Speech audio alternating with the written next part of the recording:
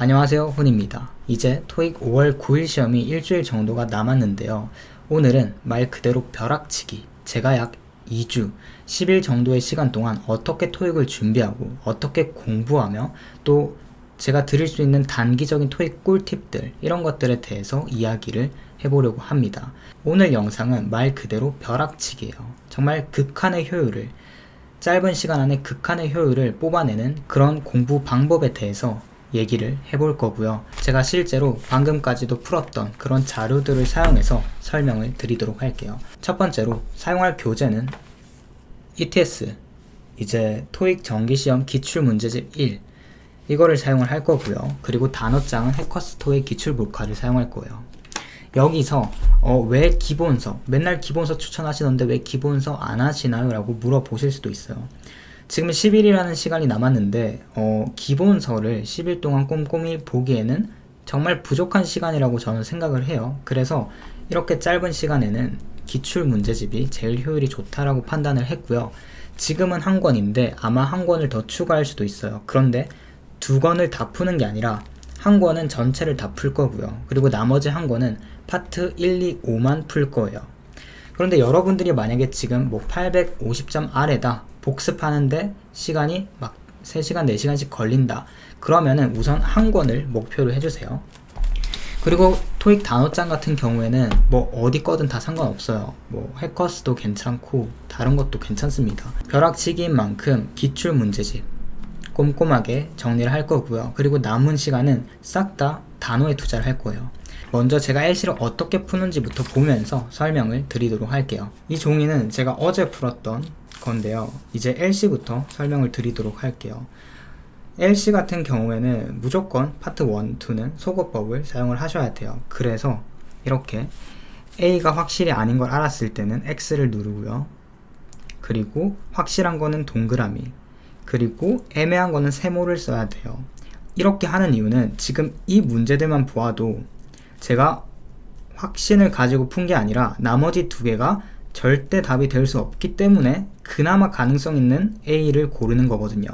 그래서 특히 파트 2 정말 애매한 문제들이 많죠. 뭐 사회 부적응자라든지 아니면 우회 답변들, 그런 것들이 많기 때문에 적어도 3, 4문제는 나오기 때문에 세모, 동그라미 X 활용 잘 해주시고요.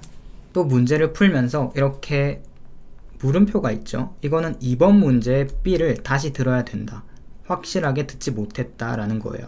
그래서 토익 공부를 하실 때 정답이 중요한 게 아니에요.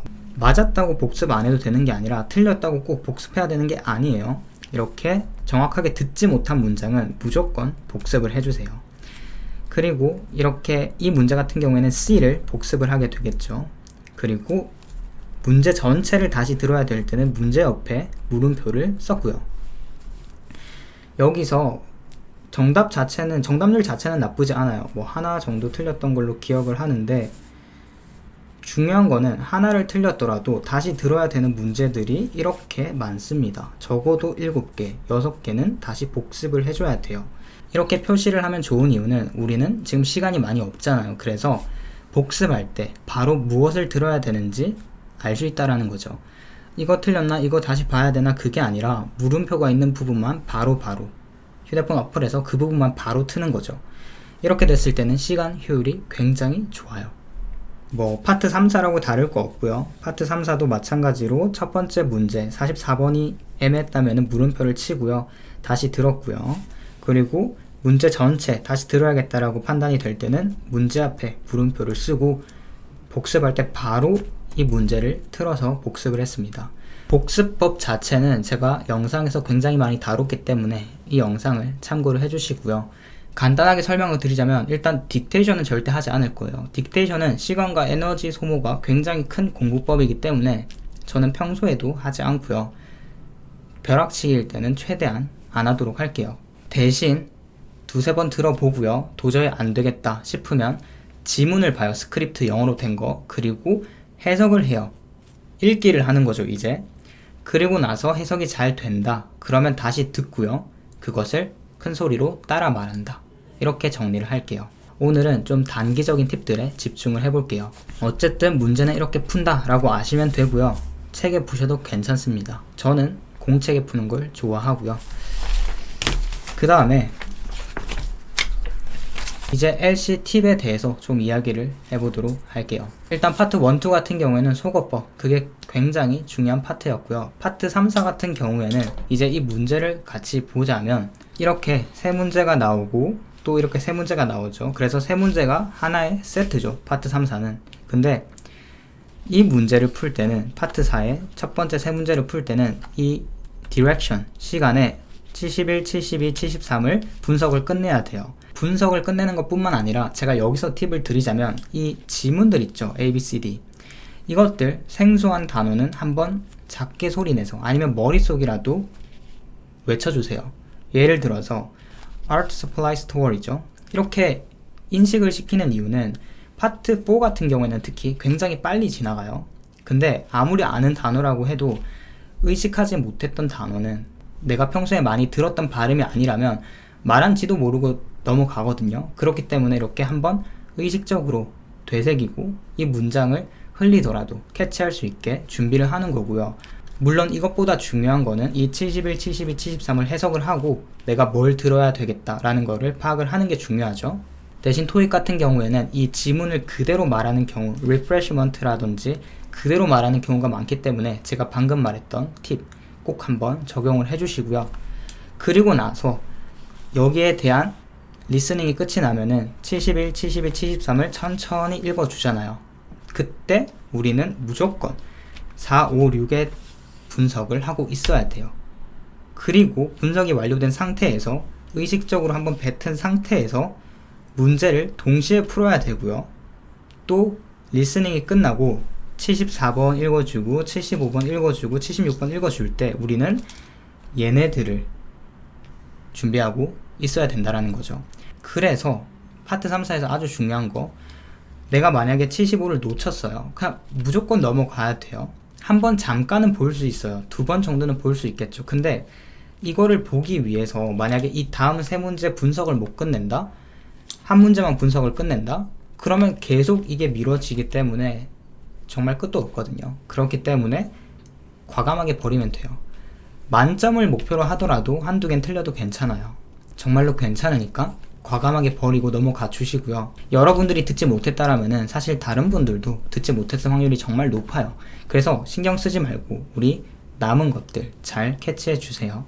그리고 무조건 순서대로 나오는 건 아니기 때문에 대부분 그렇게 나오지만 이 두 번째 문제가 먼저 나올 수도 있어요. 지문에서, 리스닝에서. 그렇기 때문에 전체적인 흐름을 파악하는 것도 중요해요. 그래서 첫 번째 문제, 왜 왔냐에 대해서 묻겠다, 이것만 들어야지 라고 하고 있다가 다 끝나 있을 수도 있어요. 그래서 전체적인 흐름, 이거를 환불하고 싶구나, 그리고 마지막으로는 이렇게 제안을 하겠구나, 이런 흐름을 파악하고 있으면 하나를 놓치더라도 이 얘기 하고 있네 라고 볼 수 있겠죠. 이제 RC에 대해서 이야기를 해볼 건데요. RC 같은 경우에는 여러분들의 지금 점수가 어쨌든, 실력이 어쨌든 무조건 시간을 재고 푸세요. 그리고 시간 안에 다 못 풀었다? 그럼 나머지는 다 찍고요. 그리고 점수를 체크를 해보세요. 내 지금 수준이 이 정도구나. 다 못 풀고 찍으면 이 정도 점수가 나오겠구나 체크를 하고요.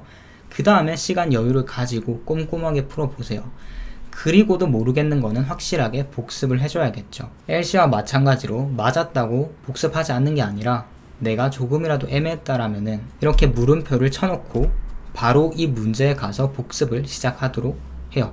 그리고 RC에서 가장 중요한 것은 우리가 시간을 재고 푸는 이유는 이 75분이란 시간을 몸으로 느끼셔야 돼요.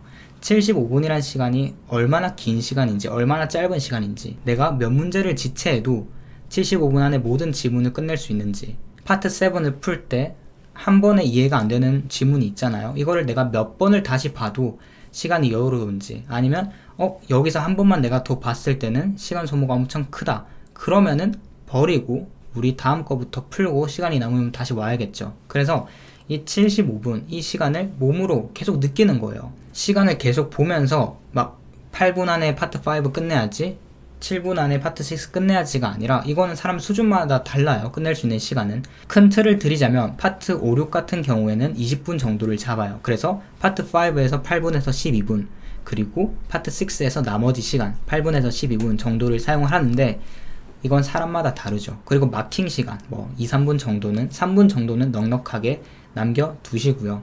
이거를 매번 시계를 보고 한 문제 풀 때마다 시간을 보는 시간도 아까워요. 그렇기 때문에 평소에 이 75분이란 시간이 어떤 시간인지를 계속 파악을 하세요. 저 같은 경우에는 꼼꼼하게 정말 여유를 가지고 풀었을 때 딱 시간이 맞아요. 10분 정도 남거나 15분 정도 남거나 하는데, 한 지문에서 고민을 하고 이거를 3번, 4번 읽게 되는 순간 빠듯해진다 라는 것을 이제 저는 몸으로 느끼거든요. 그렇기 때문에 여러분들도 시간 압박감을 느끼기 위해서 시간을 재라고 하는 것이 아니라 이 75분 계속 똑같은 말을 반복하는데 가장 중요한 포인트라고 생각을 해요. 75분이 어떤 시간인지를 계속 문제를 풀면서 느껴주세요. 그리고 물론 당연히 파트 5 어휘 문제 딱 봤을 때 모른다 바로 넘기는 이런 이제 과감함도 필요하죠. 또 하고 싶은 말 중 하나는, 이제 파본 시간에 아니면 뭐 다른 시간에 파트 5 문제 풀고 보고 하잖아요. 웬만하면 하지 마세요. 정말 숙달된 분들이 내가 파트 5 미리 풀어두면은 나 진짜 점수 올릴 수 있겠다 이러면은 뭐 한 번쯤 하셔도 되지만 집중력이 정말 많이 깨지거든요. 그리고 한 번 만약에 타이밍 놓치잖아요. 이거 하다가 리스닝 하나 시작해버려요. 그 시험은 정말 위험해집니다. 여러분들의 목표 점수에 따라 다르겠지만 틀려도 괜찮아요. 정말 많이 틀려도, 생각보다 많이 틀려도 되거든요. 그렇기 때문에 푼 문제를 다 맞추는 것에 항상 목적을 두고요. 우리의 집중력을 빼앗길 수 있는 그런 행동은 최대한 자제를 하도록 해요. RC 공부법은 아까 올렸던 그 영상을 참고해 주시고요. 또 하고 싶은 말은 파트 7, 파트 5는 모르면 받아들여요. 그냥 틀리면 돼요 그거. 근데 파트 7은 무조건 지문 안에 정답이 있어요. 그렇기 때문에 조금 차분하게 확실한 근거를 찾아가면서 근거를 바탕으로 문제를 풀어주세요. 저도 지금 틀리는 걸 보면 상상을 해서 틀려요. 그게 아니라면은 정말 확실한 근거를 가지고 푼다면은 정답률이 정말 높아지거든요. 이 부분도 굉장히 중요한 것 같고요. 또 뭐 문제 먼저 풀어요, 지문 먼저 봐요, 뭐 이런 거는 사람마다 달라요. 연습할 때 한 번씩 다 해보고 본인에게 맞는 스타일을 찾는 게 중요해요. 또 LC보다는 이제 RC가 남에게 설명을 했을 때 정말 도움을 많이 받아요. 본인이 뭐 설명할 분이 없더라도 본인에게라도 꼭 설명을 하면서 넘어가 주세요. 그냥 눈으로 보고 이게 이 정답이구나 하는 거랑 남에게 설명을 해가면서 뭐가 부족한지 어떤 개념이 필요한지를 파악하는 거는 또 완전 다르거든요. 이게 뭐 영어를 잘해야 설명할 수 있다가 아니라 400점에서도 500점에서도 본인에게 설명할 수 있는 그 무언가가 분명 있을 거예요. 그래서 본인만의 선생님 밑에 보는 게 또 하나의 팁이 아닌가 싶고요. RC는 특히, LC는 사실 문제 많이 풀어서 도움을 많이 받는 부분도 많은데 RC는 파트 5를 제외하고는 문제 푼다고 막 극적인 변화가 생기진 않잖아요. 그래서 조금 여유를 가지고 한 문제를 복습하더라도 꼼꼼하게 단어 정말 많이 신경 써주는 걸 추천드립니다. 마지막으로 단어에 대해서 이야기를 해볼 건데요. 이제 단어 같은 경우에는 900점 단어 보지 않습니다. 우리가 900점 단어까지 보기에는 너무 시간이 부족해요. 900점 단어 보려면은 진짜 공부를 했었어야 돼요. 근데 우린 지금 시간이 없기 때문에 일단 큰 단어 1, 2, 3, 4 이 단어들을 먼저 봐요. 근데 또 여유롭게 보고 있을 시간이 없어요. 그래서 저는 바로 이거를 써가지고 이렇게 가려가지고 그리고 이 파생어 부분도 가려서 바로바로 체크를 해요. 어떤 단어를 모르고 있는지. 그리고 나서 모르는 단어만 다시 한번 보고요. 또 이 초록 색깔 부분들 있죠. 단어 자체도 하나하나 뜻을 적으면서 하기에는 시간이 정말 부족해요. 그래서 최대한 저는 정리를 할 때 영어만 적는 편이고요. 대신 이거를 한 번에 외우는 것도 아니에요. 한 번 보고 다음날 또 보고 우리 가진 10일 동안 매일 아침 저녁으로 보는 거예요.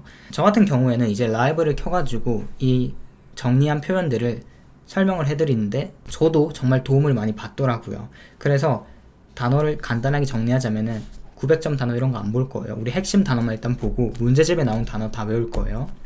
큰 단어 봐요. 근데 하나하나 천천히 보는 게 아니라 가리면서 내가 무엇을 알고 모르는지 빠르게 파악하고 모르는 단어 위주로 봐요. 그리고 토익에 이렇게 나온다, 이 시험엔 이렇게 나온다, 이거 되게 중요하거든요. 파트 5에 이렇게 정말 많이 나와요. 그렇기 때문에 이 부분만 정리를 또 하는 거죠. 한 번에 다 외운다가 아니라 10일 동안 우리는 총 20번을 반복을 하는 거예요. 아침 저녁으로. 또 중요한 것은 파생어 접사, 접미사 이런 것들이 어떻게 붙었는지, 어디서 이 단어가 왔는지 의식을 약간 가지면서 본다면은 훨씬 도움이 많이 되고요. 사실 시간이 많이 없다 보니까 이 정도는 안 해도 괜찮아요. 전체적으로 일단 얘기를 했는데 빠뜨린 부분이 있는 것 같기도 한데, 어쨌든 제가 어떻게 공부를 하는지, 어떻게 벼락을 치는지에 대해서 설명을 드렸고요. 제가 한 대로 하려면은 사실 8, 900점 정도는 돼야 비슷하게 진행을 할 수가 있겠죠. 그리고 벼락치기는 사실 그 정도의 점수는 가지고 있어야 벼락을 칠 수 있는 거죠. 정말 아무것도 안 된 상태에서는 벼락을 친다는 거는 욕심이죠. 그래도 점수대가 낮든 높든 방식이 다른 건 아니거든요. 방식은 같지만 걸리는 시간이 엄청나게 늘어나겠죠. 근데 시간이 많이 걸린다라는 것은 또 그만큼 공부가 되어가고 있다는 이야기도 하니까 끝까지 한번 파이팅 했으면 좋겠습니다. 질문 있으면 댓글로 남겨주시고요. 5월 9일 시험 보는 분들 다 같이 한번 파이팅 하도록 해요. 파이팅!